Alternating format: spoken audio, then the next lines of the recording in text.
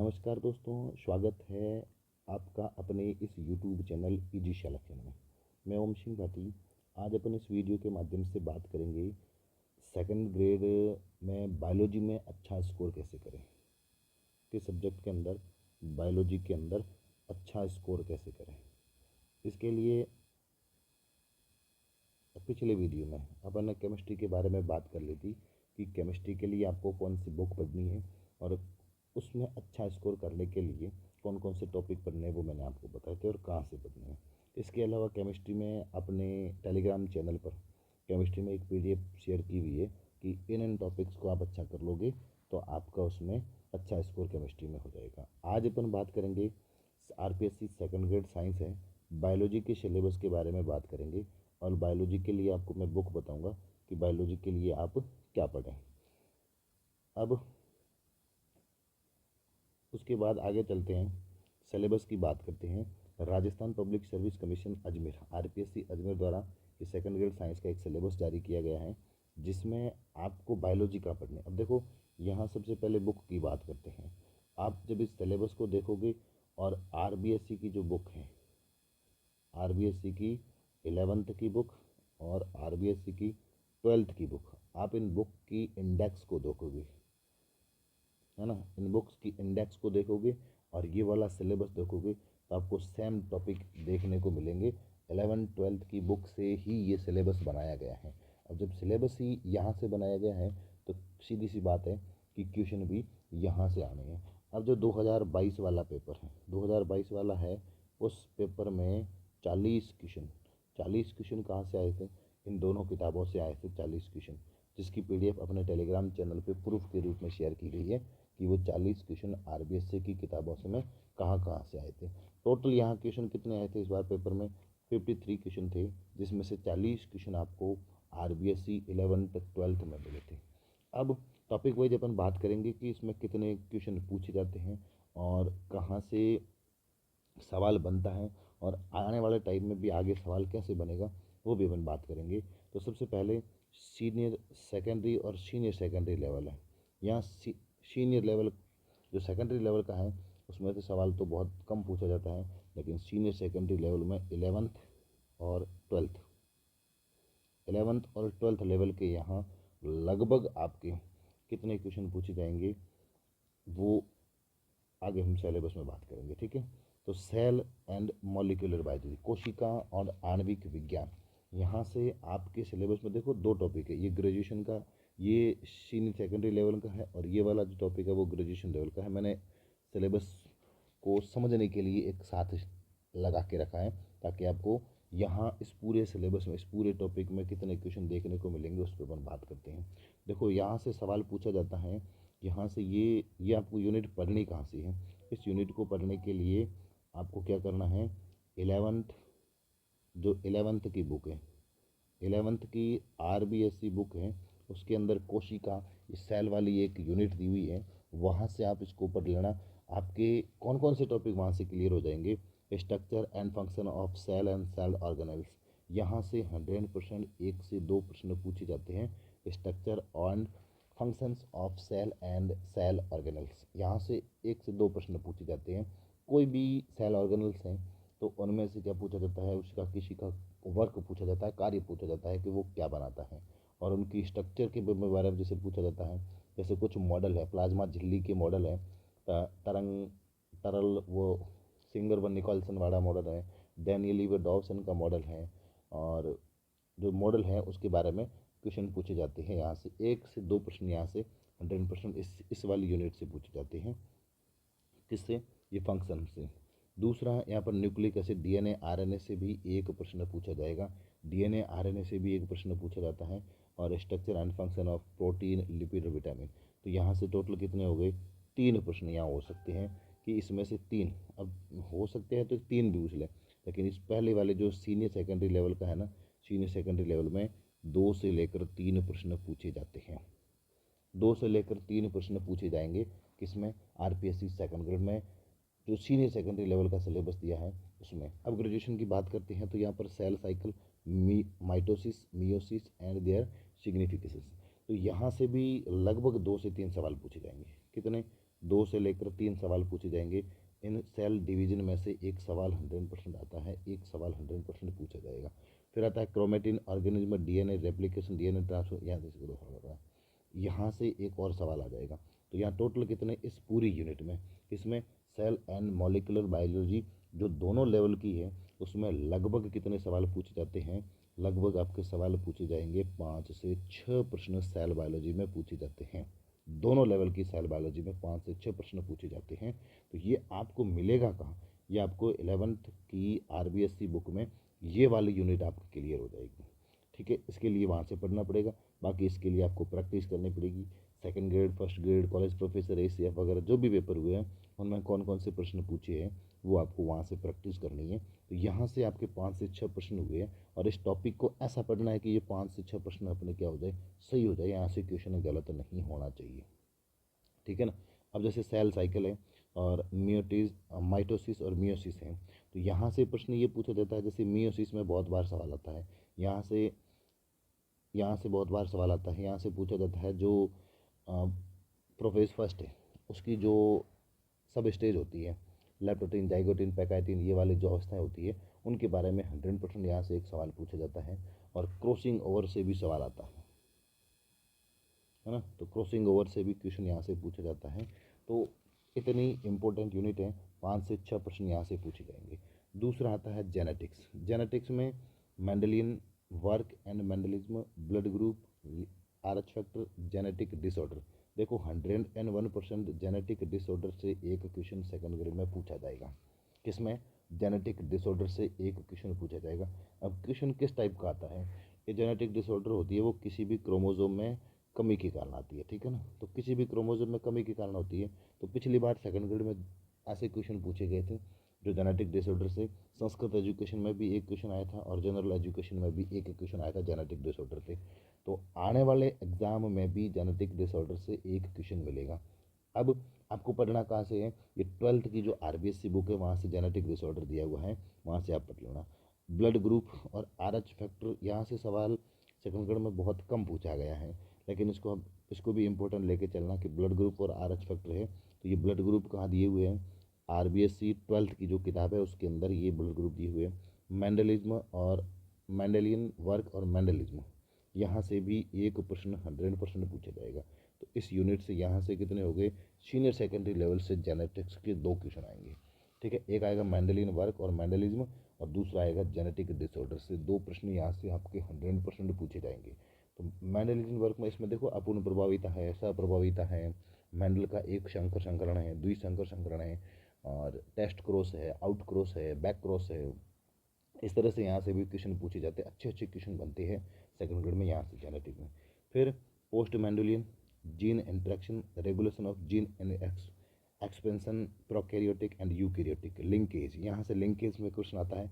ये वाला topic crossing over, crossing over में हर बार सेकंड ग्रेड में सवाल आता है, क्रॉसिंग ओवर कौन सी स्टेज में होता है, क्रॉसिंग ओवर में होता क्या है। तो यहाँ से क्रॉसिंग ओवर से एक सवाल 100% बार बार आ रहा है। Sex determination and sex linkage inheritance, यहाँ से सेक्स लिंकेज इनहेरिटेंस से एक सवाल एक यहाँ से आ रहा है, एक सवाल यहाँ से आ रहा है बार बार। और उसके बाद म्यूटेशन एंड क्रोमोसोमल एब्सेंस, एक सवाल यहाँ से आ रहा है। तो लगभग 3 से लेकर 5 क्वेश्चन इस यूनिट से पूछे जाते हैं। 4 से 5, 3 से नहीं 4 से 5 प्रश्न जेनेटिक डिसऑर्डर में पूछे, जेनेटिक में पूछे जाते हैं ना। तो 5 प्रश्न। अब ये आपको पढ़ने का है, ये आपको पढ़ना है 12th की जो आरबीएससी बुक है।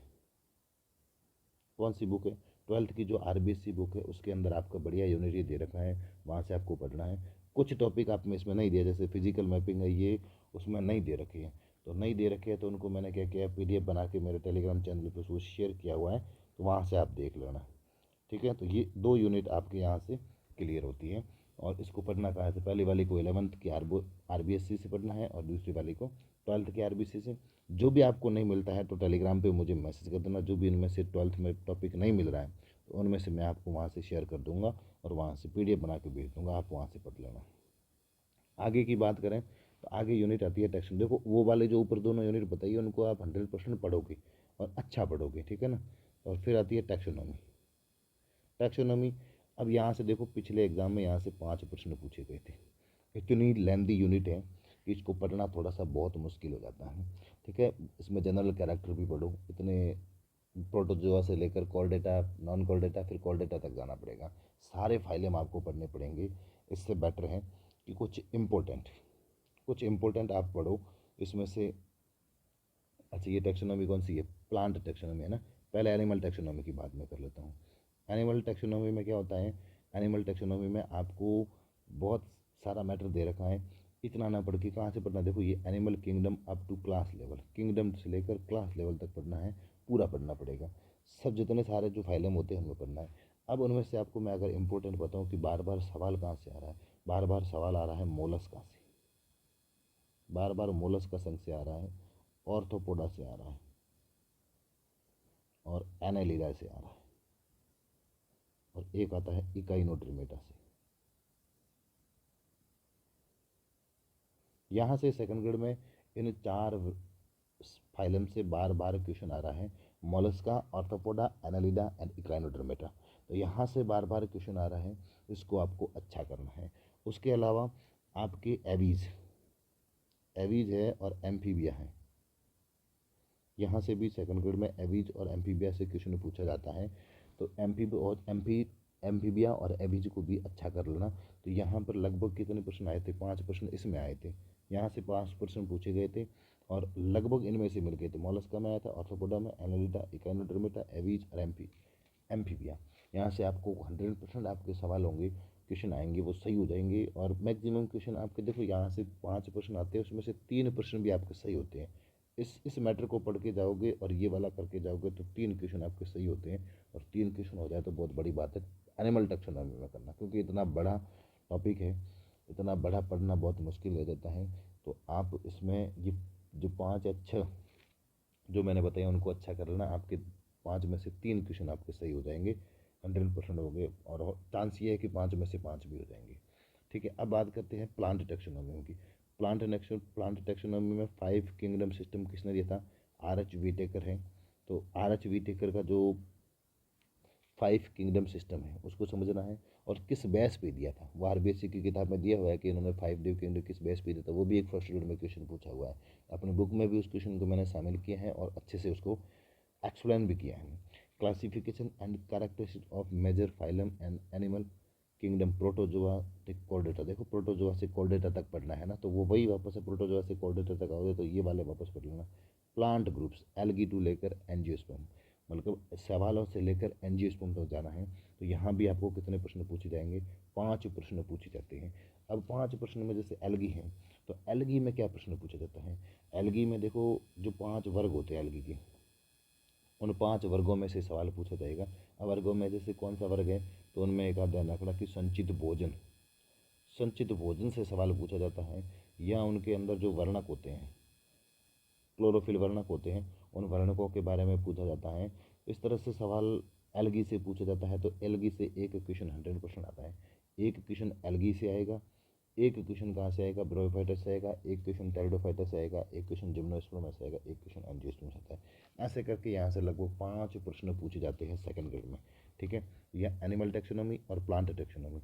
ये एनिमल आपको कहाँ मिलेगी? 11th की आरबीसी में मिल जाएगी। प्लांट टेक्सोनॉमी आपको कहाँ मिलेगी? 11th की आरबीएससी में मिल जाएगी। ठीक है, सब कुछ दे रखा है वहाँ, अच्छा दे रखा है।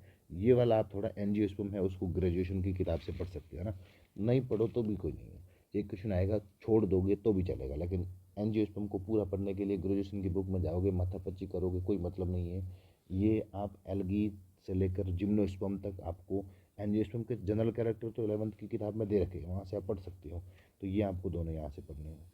उसके अलावा आगे बात करें ecology and environment biology, 2 question मिलेंगे आपको। 2 से लेकर 3 प्रश्न आते हैं इकोलॉजी एंड एनवायरमेंट बायोलॉजी। देखो, यहाँ से जो प्रश्न पूछा जाता है वो बार बार एक आता है, रेड डाटा बुक पे आता है। रेड डाटा बुक याद रखना, रेड डाटा बुक के बारे में यहाँ से प्रश्न आता है। दूसरा प्रश्न यहाँ से आता है पॉल्यूशन से। दूसरा प्रश्न यहाँ कहाँ से आएगा? पॉल्यूशन से एक प्रश्न आता है। तो एक प्रश्न ये हो गया, दूसरा प्रश्न हो गया पॉल्यूशन से हो गया। ठीक है, तो ये food chain, food web and ecological pyramids, तीसरा क्वेश्चन यहाँ पिरामिड से भी पूछा जाता है। कौन सा? जो पिरामिड्स होते हैं वहाँ से भी एक प्रश्न पूछा जाता है। पॉल्यूशन हो गया, ये पॉल्यूशन आ गया, air, water, soil and noise. Wild life and it's conservation and और फिर आगे देखो, यहाँ से तो नहीं बना है। नेशनल पार्क यहाँ से क्वेश्चन नहीं बना है, राजस्थान यहाँ से नहीं बना है। स्ट्रक्चर एंड फंक्शन इकोसिस्टम यहाँ से नहीं बना है। बायोसाइकिल कार्बन नाइट्रोजन यहाँ से भी नहीं है। मेजर रेड डाटा बुक, यहाँ से एक प्रश्न बार बार आ रहा है, रेड डाटा बुक से आ रहा है। ठीक है, मेजर इन्वायरमेंटल इश्यूज, ये ग्लोबल वार्मिंग CO2 जो ग्लोबल वार्मिंग से चौथा सवाल यहाँ से आएगा, ग्लोबल वार्मिंग से आता है। GLO ग्लोबल और वार्मिंग। ठीक है, तो ये ग्लोबल वार्मिंग से आता है। देखो यहाँ पिरामिड में सेकंड ग्रेड में तो कभी पूछा ही नहीं है, पूछा नहीं है, लेकिन इस बार मुझे लगता है कि सेकंड ग्रेड में पिरामिड्स और फूड वेब और फूड चैन से क्वेश्चन आएगा। ये ग्लोबल वार्मिंग तो हर बार आ रहा है, CO2 वाला कौन सी ग्रीन हरित गैस है, ग्लोबल वार्मिंग वाली गैस है या कौन सी नहीं है, इस तरह से सवाल आता है। ग्रीन इफेक्ट, एसिड रेन, ये एसिड रेन, ये भी इंपॉर्टेंट है। ये जो मैं टॉपिक बता रहा हूँ ना, आप इनसे पढ़ लेना, ये एसिड रेन से भी क्वेश्चन पूछा जाता है। ठीक है, यहाँ से भी ये क्वेश्चन अभी पूछा कभी नहीं है, यहाँ से एल नीनो और ला नीनो प्रभाव से पूछा नहीं है। छठा आता है ओजोन, ओजोन जो परत है उसका क्षरण हो रहा है ना, उसके बारे में पूछा जाता है। जो क्लोरोफ्लोरोकार्बन है ये वहाँ से भी पूछा जाता है। और कार्बन एमिनेशन और रेडिएशन हैजार्ड, यहाँ से कुछ प्रश्न नहीं बनता। तो ये 5 प्रश्न, ये 6 टॉपिक है, इनको आप अच्छा कर लेना। यहाँ से आपकी बायोलॉजी में जितने भी क्वेश्चन जहाँ से कितने 2 से 3 प्रश्न पूछे जाते हैं, red data book, pollution, pyramids, pyramids और खाद्य जाल भी इसके अंदर पढ़ लेना, फूड वेव और फूड चैन, और उसके साथ पिरामिड्स भी। ग्लोबल वार्मिंग पढ़ लेना, एसिड रेन पढ़ लेना और ओजोन परत का क्षरण पढ़ लेना। आपके 2 से 3 प्रश्न आगे वो आपके सही हो जाएंगे। अब ये कहाँ दे रखा है, 11th की RBSC में आपको ये दे रखा है, वहाँ से आप इसको अच्छा कर सकते हो। आगे बात करें बायोटेक्नोलॉजी। बायोटेक्नोलॉजी में 2 से लेकर 3 प्रश्न पूछे जाते हैं, 3 भी हो सकते हैं और इसके साथ 4 भी प्रश्न बन सकते हैं। Recombinant DNA technology, tools and techniques, tools and techniques से यहाँ से एक प्रश्न बनता है। टूल एंड टेक्निक्स जैसे जो टूल है, जैसे रेस्ट्रिक्शन एंडोन्यूक्लियस एंजाइम है। फिर आगे आता है gene cloning, cloning vectors, cloning vectors से भी एक प्रश्न बनता है। एक प्रश्न ये हो गया, एक प्रश्न ये हो गया। फिर DNA amplification, polymerase chain reaction, PCR से भी सवाल एक पूछा जाता है। PCR से भी एक क्वेश्चन पूछा जाता है। PCR की खोज किसने की थी और PCR के चरण कितने होते हैं, किस चरण में टैक DNA पॉलीमरेज की आवश्यकता होती है। तो इस तरह से बहुत बढ़िया बढ़िया क्वेश्चन यहाँ से PCR से बनते हैं। PCR के एक चरण को पूरा करने में कितना समय लगता है, इस तरह से भी कुछ क्वेश्चन पूछे गए हैं। तो वो कितना लगता है, 225 शायद सेकंड लगता है, 225 सेकंड लगता है। इस तरह से बढ़िया बढ़िया यहाँ से सवाल बनते हैं, क्वेश्चन बनते हैं। फिर genetic engineering, gene transfer technique, genomic library, plant and animal tissue culture. देखो plant and animal tissue culture से एक प्रश्न बनता है। जेनेटिकली मॉडिफाइड क्रॉप्स और application of biotechnology in agriculture and medicine, transgenic animals and plants, DNA fingerprinting, ethics issue, biopiracy. यहाँ से question कभी नहीं बना है लेकिन बन सकता है। टोटल क्वेश्चन कितने यहाँ से बनेंगे, ये आपको बायोटेक्नोलॉजी 12th की RBSC बुक में, 12th की RBSC बुक में आप इसको पढ़, यहाँ से आप पढ़ोगे तो आपकी बहुत अच्छी हो जाएगी। इसके अलावा आप यहाँ से थोड़ा ग्रेजुएशन का भी सहारा लें। ग्रेजुएशन की बुक का सहारा लोगे तो क्या है कि ये वाला जो टॉपिक है ना, ये मॉडिफाइड क्रॉप्स है, application of biotechnology and agriculture medicine, ये ग्रेजुएशन की किताब में मिलेंगे। 12th वाले में थोड़ा सा कम पड़ जाएगा, बाकी 2 से 3 प्रश्न आते हैं। इसको आप 12th वाली बुक को भी अच्छा करके जाओगे, बाकी मेरे नोट्स भी शेयर किए हुए हैं, उनको भी आप पढ़ोगे तो आपके 2 से 3 प्रश्न यहाँ से 100% सही हो जाएंगे। आगे बात करें माइक्रोबायोलॉजी। माइक्रोबायोलॉजी के अंदर यूकैरियोटा, प्रोकैरियोटा, वायरस। देखो वायरस से एक प्रश्न आता है, बैक्टीरिया से एक प्रश्न आता है, माइकोप्लाज्मा से भी एक आता है और लाइकेन से भी आता है। तो 3 से लेकर 4 प्रश्न इस माइक्रोबायोलॉजी से पूछा जाता है। इस बार देखो किस में आया था, माइकोप्लाज्मा भी से आया था और बैक्टीरिया से भी आया था और वायरस से भी आया था। 3 प्रश्न इस यूनिट से पूछे गए थे सेकंड ग्रेड में और मेरे तो तीनों ही सही हो गए थे। क्यों तीनों मेरे सही हुए थे, क्योंकि मैंने क्या पढ़ा था, 11th की RBSC बुक को पढ़ा था और यहाँ से ये तीनों प्रश्न मिल गए थे जो सेम लैंग्वेज में RBSC में दिए थे। फिर cryptogams, general character, classification, reproduction and types of life cycle, algae, algae का लाइफ साइकिल, फंगाई का लाइफ साइकिल, ब्रायोफाइट का लाइफ साइकिल, टेरिडोफाइटा का लाइफ साइकिल। बहुत बड़ा यूनिट है, लेकिन आप जब 11th की RBSC पढ़ोगे वहाँ से आपको जनरली नॉर्मली जो सवाल होता है वो मिल जाते हैं। 2 से 3 प्रश्न यहाँ से पूछे जाते हैं। बहुत बड़ा टॉपिक है ये, इनके लाइफ साइकिल के बारे में नहीं पढ़ सकते अपन, तो इसको थोड़ा थोड़ा जो भी जनरल इंट्रोडक्शन अपन ऊपर पढ़ रहे हैं वही वापस यहाँ कवर हो जाएगा। इतना नहीं पढ़ सकते, पहले ही बोल रहा हूँ, क्रिप्टो गेम्स को आप नहीं पढ़ सकते, क्योंकि यहाँ दिया क्या है, types of life cycle, algae, fungi, bryophyta, pteridophyta, कब सबके बारे में लाइफ साइकिल के बारे में पढ़े, अलग अलग प्लांट के बारे में लाइफ साइकिल के बारे में पढ़ना बहुत बड़ा हो जाएगा। तो इसलिए इसको आप 11th तक की बुक में देख लें, जो भी आपको मिलता है तो कर लें। बाकी एल्गी में एक बार हर बार, जैसे फर्स्ट ग्रेड में एल्गी इंपॉर्टेंट है, यहाँ के लाइफ साइकिल के बारे में पूछा जाता है, तो यहाँ एल्गी की लाइफ साइकिल जैसे पॉलीसाइफोनिया है और जो भी एल्गी अलग अलग होते हैं तो उनके लाइफ साइकिल कारा का दे रखा है, तो उनको ग्रेजुएशन की किताब से आप कर लेते हैं। ठीक है, फिर आता है seeds plants, general character, evolution and seed habit, classification, general character and reproduction of in gymnosperm. यहाँ से भी कितने प्रश्न पूछे जाते हैं, एक प्रश्न पूछा जा सकता है, एक से दो प्रश्न पूछा जा सकता है। और ये जो पूरा टॉपिक है वो कहाँ का है, ग्रेजुएशन का है, 11th-12th की किताब में नहीं दे रखा है, इसको आपको ग्रेजुएशन से पढ़ना पड़ेगा। उसके अलावा taxonomy of angiosperm, taxonomy of angiosperm, अब ये भी कहाँ है, ये भी ग्रेजुएशन का है, इसको भी आपको ग्रेजुएशन से पढ़ना पड़ेगा। यहाँ फैमिली दे रखी है, अब यहाँ देखो ये फैमिली जो देखी है ना, यहाँ से यूफोर्बिएसी, सोलेनेसी, मालवेसी, ये और फैबेसी, जो भी है फैमिलियाँ दे रखी, इन फैमिलियों के बारे में एक प्रश्न पूछा जाएगा। कितनी भी फैमिली है एक प्रश्न पूछा जाता है, हमेशा 100% फैमिली से पूछा जाता है। तो फैमिली को आप जो ये फैमिली दी हुई है वो 11th की किताब में दी हुई है। 11th की जो RBSC बुक है उसमें फैमिलीज़ की बुक, फैमिलीज़ यूनिट दिया हुआ है, वहाँ से आप इसको बढ़िया कर देना। एक से दो प्रश्न पूछे जाएंगे, एक से दो प्रश्न आपसे सही हो जाएंगे, वहाँ से आपको मिल जाएंगे। ठीक है, अब उसके अलावा आगे की बात करें तो प्लांट मॉर्फोलॉजी एंड एनाटॉमी, यहाँ से बहुत बढ़िया प्रश्न, प्लांट मॉर्फोलॉजी एंड एनाटॉमी। सबसे पहले मैं बता दूँ कि आपको ये यूनिट कहाँ से पढ़नी है, 11th की RBSC, 11th की RBSC के अलावा इसको कुछ कहाँ से पढ़ना नहीं है। टाइप्स ऑफ प्लांट टिश्यू, पादप उत्तक के प्रकार होते हैं, पैरेन्काइमा, कोलेन्काइमा, स्क्लेरेन्काइमा, ये, और फिर स्थायी उत्तक, जाइलम और फ्लोएम के बारे में। तो फिर यहाँ से भी एक प्रश्न पूछा जाता है। Histological organism of monocot dicot root, ठीक है, तो इनकी आंतरिक संरचना से भी एक प्रश्न पूछा जाता है। Stem leaves, structure of flower and inflorescence, एक प्रश्न, मतलब यहाँ से तीन प्रश्न पूछे जाते हैं, एक तो प्लांट टिश्यू और एक डाइकोट मोनोकोट रूट, स्टेम और लीव्स। रूट और स्टेम में से 11th की बुक में एक टेबल बनी हुई है, उस टेबल को याद कर लेना, आपके एक क्वेश्चन गलत नहीं होगा। और मेरे नोट्स भी शेयर किए हुए, तो नोट्स भी पढ़ सकते हो। Structure of flower, types of inflorescence, एक पुष्पक्रम से प्रश्न आता है। तो यहाँ कितने प्रश्न आएंगे, तीन प्रश्न आएंगे, तीनों ही आपको कहाँ मिल जाएंगे, RBSC की 11th की बुक में। Plant anatomy, apical meristem, abnormal histological organism of stem, stem, medullary and cortical vascular bundles, abnormal secondary growth, द्वितीयक असाधारण द्वितीयक वृद्धि होती है, जो किसमें पाई जाती है, ड्रेसिना और यक्का, इनके तने में पाई जाती है। तो ये वाला आप इसको याद रखना, और ये अभी आपको कहाँ मिल जाएंगी, 11th की RBSC के अंदर ये वाली सारी यूनिट मिल जाएगी। ठीक है, फिर आता है रिप्रोडक्शन इन प्लांट, ये 12th की जो पहली यूनिट है, 12th RBSC की है, उसके अंदर आपको यहाँ से मिल जाएगी, एक से लेकर दो प्रश्न यहाँ से पूछे जाते हैं। तो देखो एन यूनिट को मैंने थोड़ा अच्छे से नहीं पढ़ा था, जो मैंने पढ़ा था वो अच्छा पढ़ा था, लेकिन जो मैंने नहीं पढ़ा था फिर उसको ऊपर ऊपर ही देख लिया था, अच्छा नहीं किया था।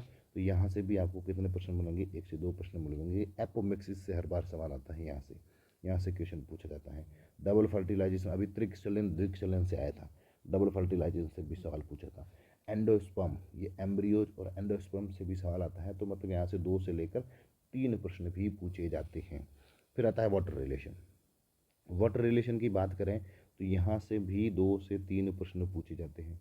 अब दो से तीन प्रश्न, water as a biomolecule, physical and chemical properties, यहाँ से कोई प्रश्न नहीं बनना है। Osmosis, DPD, plasmolysis, water potential, absorption of water, ascent of sap, यहाँ से दो प्रश्न आएंगे। दो प्रश्न इन टॉपिक में जो बताया है, DPD है, TP है, ये प्लाज्मोलाइसिस है, वाटर पोटेंशियल है, एब्जॉर्वेशन है ना, एब्जॉर्प्शन, जो जिसको क्या कहते हैं, वाष्पोत्सर्जन कहते हैं, और रसारोहण, एसेंट ऑफ सेफ, रसारोहण भी कहते हैं। तो यहाँ से भी प्रश्न आते हैं। वाटर रिलेटेड ट्रांसपिरेशन, ये वाष्पोत्सर्जन, गटेशन, और मैकेनिज्म ऑफ स्टोमिनल मूवमेंट, ये जो रंध्र की गतियाँ होती है उससे संबंधी भी यहाँ सवाल पूछा जाता है, और मैकेनिज्म ऑफ फ्लैम ट्रांसफर यहाँ से भी आता है। तो टोटल 2 से लेकर 4 प्रश्न इस यूनिट से पूछे जाते हैं, और ये आपको कहाँ मिल जाएगी, RBSE 12th के अंदर। कहाँ से आपको मिलेगा, RBSE 12th के अंदर ये आपको यूनिट मिल जाएगी, और वहाँ से आप इसको पढ़ लेना। फिर आता है फोटोसिंथेसिस एंड रेस्पिरेशन, 3 से लेकर 5 प्रश्न पूछे जाते हैं फोटोसिंथेसिस एंड रेस्पिरेशन से। फोटोसिंथेसिस पिगमेंट्स, क्लोरोफिल वाला है ना, वहाँ से पूछा जाएगा। Photo systems, red drop phenomena और Emerson effect, light reaction, dark reaction, C3 cycle से 100% एक सवाल पूछा जाता है। Bacterial photosynthesis and chemosynthesis, factors affecting photosynthesis यहाँ से नहीं आएगा। रेस्पिरेशन, टाइप्स ऑफ रेस्पिरेशन से एक सवाल आता है।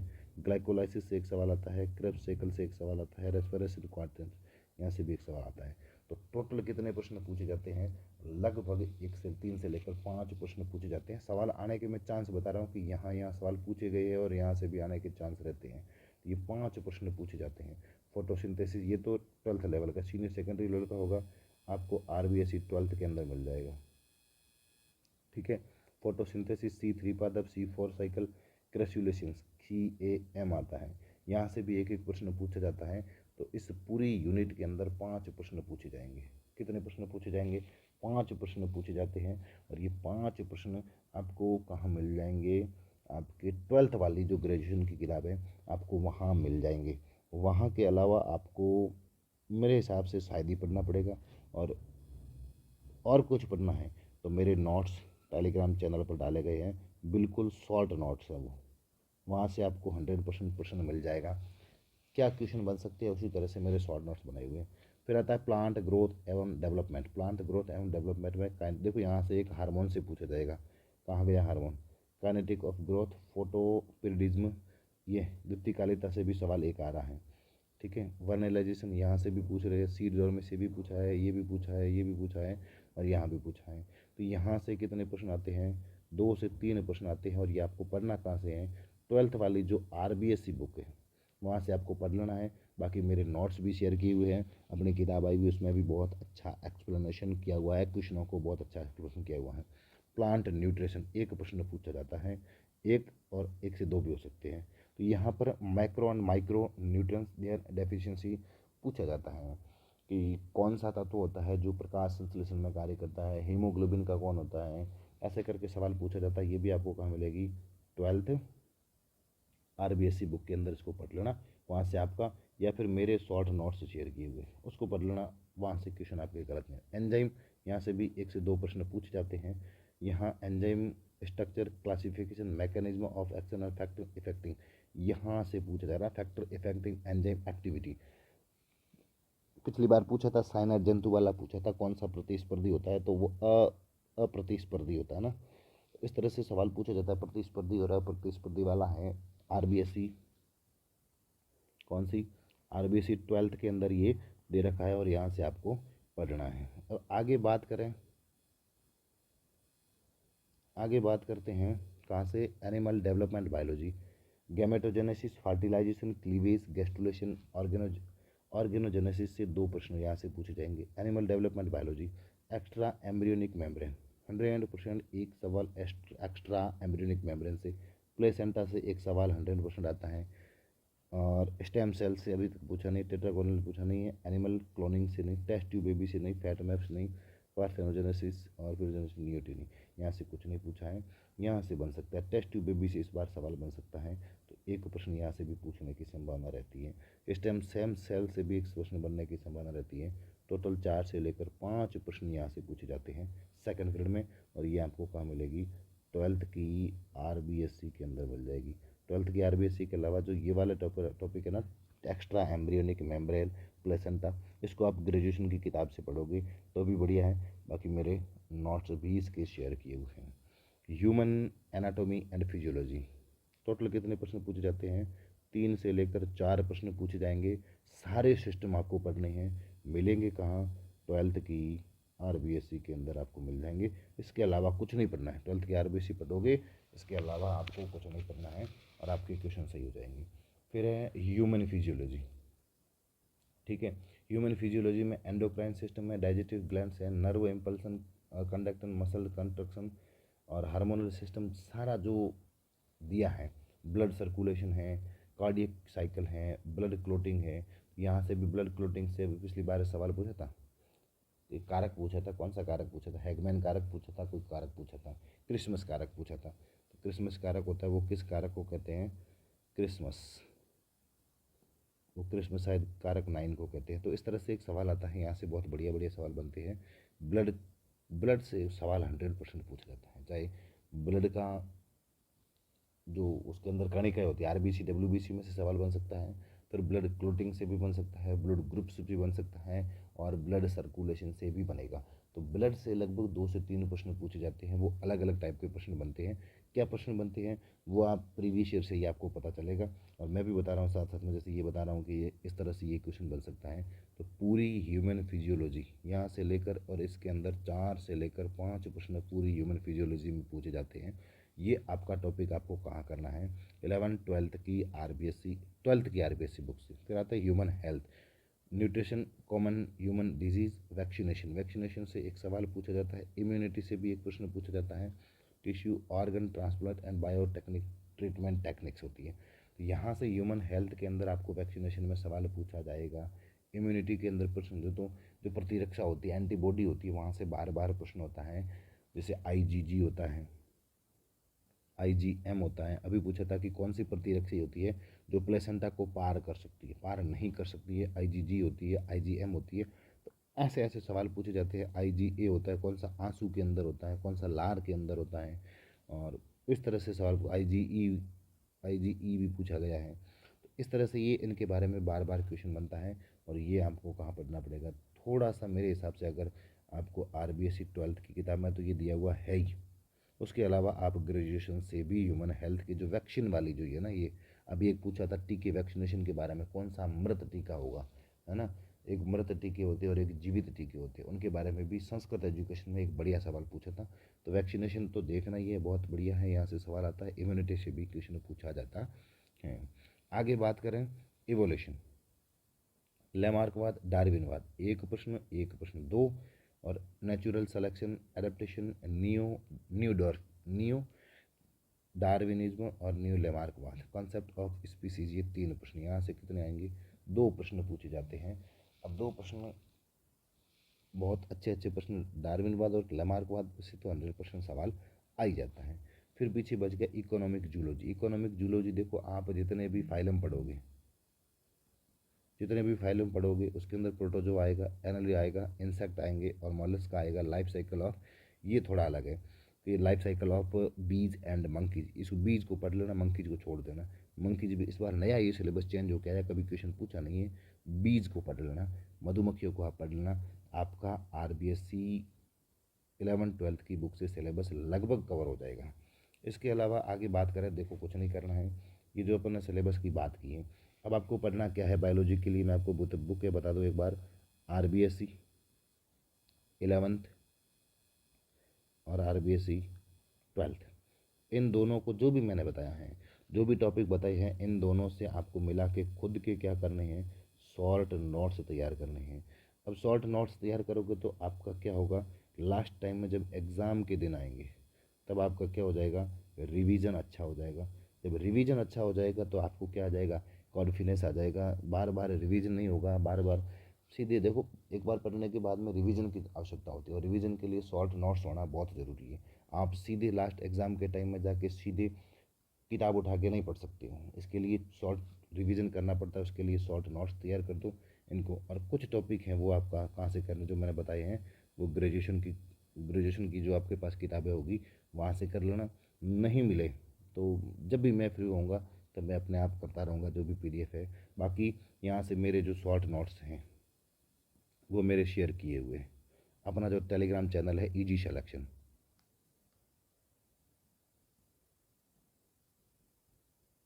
ईजी सिलेक्शन, उसके ऊपर ये शेयर किया हुआ है। ईजी सिलेक्शन एक यूट्यूब चैनल भी है, ठीक है, अपना ये यूट्यूब चैनल है, इसके ऊपर केमिस्ट्री की क्लास चल रही है रेगुलर, आप वहाँ जाके देखिए। उसमें मैं वही करवा रहा हूँ जो आरपीएससी जहाँ से बार बार क्वेश्चन पूछ रही है, बार बार क्वेश्चन कहाँ से आ रहे हैं और कहाँ से आने की संभावना है, वही अपन कर रहे हैं। तो ये एक बायोलॉजी के बारे में आप ये इस पैटर्न में आप अगर आप तैयारी करते हो, और मैंने एक पीडीएफ भी शेयर कर रखी है कि किस यूनिट से कितने क्वेश्चन आते हैं, तो वो एक पीडीएफ भी शेयर है, उसमें जाके आप देख लेना। और इसको आप अच्छा 11th-12th को भी आप अच्छा कर लेते हो तो 30 से लेकर 35 सवाल आपके बायोलॉजी में सही होने की संभावना रहती है। मैंने भी कुछ टॉपिक स्किप किए थे, फिर भी मेरे 26 क्वेश्चन सही हुए थे बायोलॉजी में, पूरी नहीं पढ़ी थी, बहुत शॉर्ट में जिसको पढ़ा था, और अच्छे क्वेश्चन मेरे सही हो गए थे। 26 क्वेश्चन मैं मानता हूँ कि मेरे लिए सफिशिएंट थे, क्योंकि जितना मैंने पढ़ा था उतने मेरे क्वेश्चन सही हो गए थे। आज की वीडियो में बस इतना ही।